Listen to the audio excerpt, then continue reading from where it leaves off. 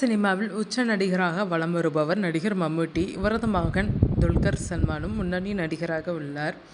இவர் மலையாள சினிமாவில் நாயகனாக அறிமுகமாகியிருந்தாலும் தொடர்ந்து தமிழ், தெலுங்கு மற்றும் இந்தி என பேன் இந்தியா மொழிகளில் தொடர்ந்து நடித்து வருகிறார். எந்த மொழியில் துல்கர் சல்மான் நடித்தாலும் அந்த படங்கள் பேன் இந்தியா அளவில் மாபெரும் வெற்றியை பெற்று வருகின்றது. மேலும் நடிகர் துல்கர் சல்மானின் கதை தேர்வில் ரசிகர்களுக்கு மிகப்பெரிய நம்பிக்கை இருப்பதன் காரணமாக இவரது படங்களுக்கு ரசிகர்களிடையே நல்ல வரவேற்பு கிடைத்து வருகிறது. தொடர்ந்து பேன் இந்தியா மொழிகளில் பிஸியான நடிகராக வலம் வரும் நடிகர் துல்கர் சல்மான் தற்போது ஐ எம் கேம் என்ற படத்தில் பிஸியாக நடித்து வருகிறார்.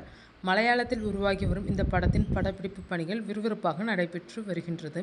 மேலும் சினிமாவில் படங்களில் நடிப்பது மட்டுமின்றி தொடர்ந்து அவரது தயாரிப்பு நிறுவனத்தின் கீழ் படங்களை தயாரித்தும் வருகிறார் துல்கர் சல்மான்.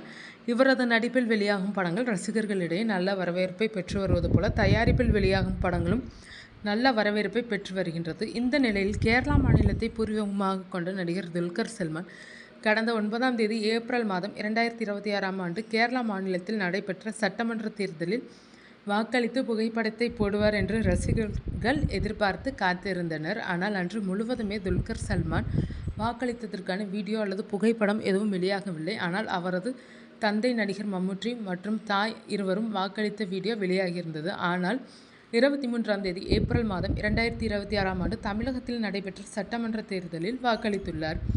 மேலும் தனது இன்ஸ்டாகிராம் ஸ்டோரியில் புகைப்படத்தை வெளியிட்டுள்ளார். இதனை பார்த்த ரசிகர்கள் துல்கர் சல்மான் முழுவதுமாக தமிழகத்திற்கு குடிபெயர்ந்து விட்டாரா என்று ஆச்சரியமாக கேள்வி எழுப்பி வருகின்றனர்.